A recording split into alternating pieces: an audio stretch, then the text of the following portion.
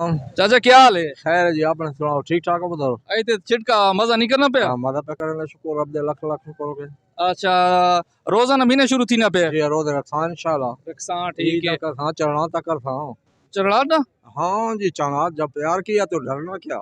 हाँ जी। नाज़रीन, ये तो बड़ा रोमांटिक चाचा लग रहा है। हाँ, जवानी कैसे गुजारी है? जवानी का टाइट गुजारी होना जी, टाइट होगा हे होर हटा सकता हूँ।